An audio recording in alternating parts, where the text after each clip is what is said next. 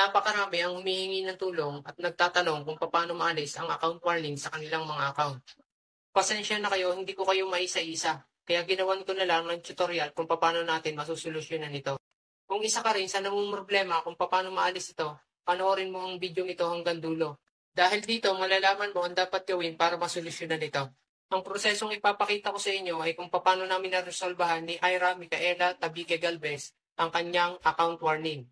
Shoutout sa iyo, maraming salamat sa pagtitiwala na kaya nating maresolbahan ito. Karamihan mga nagsasabi na ang account warning ay tumatagal ng 1 taon. Pero dito sa ginawa naming proseso, inabot ng 3 linggo bago namin naresolbahan ang account warning na ito. Bago tayo magpatuloy, baka naman pwedeng itap mo na yung palo sa ibaba para lagi kang updated sa mga incoming videos ko. Okay, eto, simula na tayo. Ang una mong gawin ay kunan mo ng screenshot ang profile mo na may account warning. Pagkatapos, sundan mo na ang step na ito.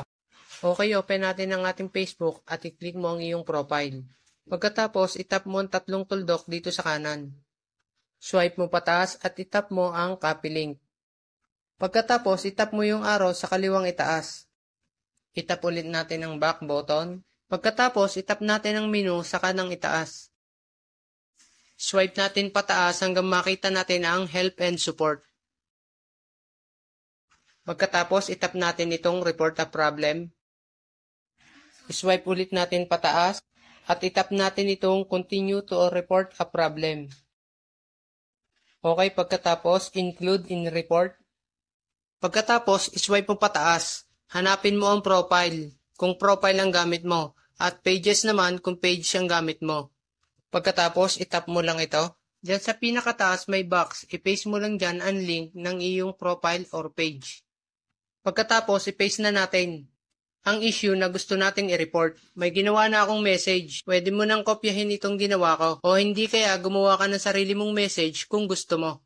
Okay, i-highlight ko lang ito para makopy. At i-paste na natin sa box sa pinakataas. Okay, lagyan lang natin ng space ang link at ang ating message. Pagkatapos sa pinakababa, itap naman natin ang upload from phone. At i-upload natin ang screenshot ng ating account warning.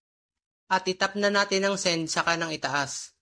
Pagkatapos natin magawa ang prosesong yan, i-check natin daily ang ating profile kung nawala ng account sa loob ng 1 linggo.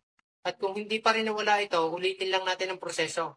At palitan natin ang mensahe na ginamit natin sa box. Ito ang ilagay mo.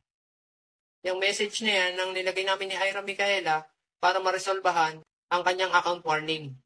At sa loob nga ng 3 linggo, nakita namin na wala na siyang account warning. Sana nakatulong sa iyo ang video ito. Huwag mo namang kalimutang i-like at follow mo na din ako dito sa Facebook page ko para lagi kang mas updated sa mga useful tips na pwede makatulong sa iyo. Huwag mo na rin kalimutang i-share para mas marami pa tayong matulungan.